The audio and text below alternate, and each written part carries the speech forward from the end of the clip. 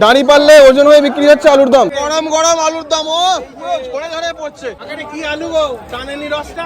কেমন লাগছে কাকা? খুব ভালো। প্রতি বছর আসা হয়? হ্যাঁ, কাকা তো পুরো হিরো সেজে এসছো কাকা। হিরো। সবাই একদম চাদর ঢাকা দিয়ে খাচ্ছে, ব্ল্যাঙ্কেট আনতে পারতেন তো। কি আছে এতে?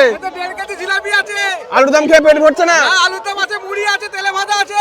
আলুর দাম মুড়ি খেয়ে পুরো একদম ল্যাদ খেয়ে গেছে নাকি গো? পুরো লাদ খেয়ে গেছে। পেট ভর্তি করে ঘুম পাচ্ছে নাকি? আবার তার সঙ্গে যাও, কি আছে তার সঙ্গে? ও জিও লাভলি আলুর দমের মেলা। হ্যাঁ ঠিকই শুনেছো তোমরা, আলুর দমের মেলা। অনেক রকমের মেলা শুনেছি আমরা, কিন্তু এই আলুর দমের মেলা এতটা বিখ্যাত। আর এই লোকেশনটা হচ্ছে প্রপারলি জাঙ্গিপাড়া থানার একদম জানা এরিয়া, ঠিক আছে? জাঙ্গিপাড়া থানা যেটা হুগলি ডিস্ট্রিক্টের মধ্যে পড়ে। এই মেলাটা নাকি 200 বছর প্লাস পুরনো। সেখানে দেখতে পাচ্ছ ক্রাউডটা, দেখতে পাচ্ছ? এখানে কিন্তু শুধুমাত্র আলুর দম আর মেলা খাওয়ার জন্য, আলুর দম আর মুড়ি খাওয়ার জন্য এই মেলায় আসেন সবাই। চলো বাকিটা তোমায় দেখাচ্ছি ভিতরে গিয়ে কি এখানে আছে। চলে এসো। দেখো মেলার যে বিশেষত্ব, আলুর দম মুড়ি কেমন লাগে খেতে? ভালো। কেজি দরে বিক্রি হচ্ছে গো? এই 50 টাকা কিলো, এবছরের বাজারে লস। এবছর লস কেন? আলুর দাম কত?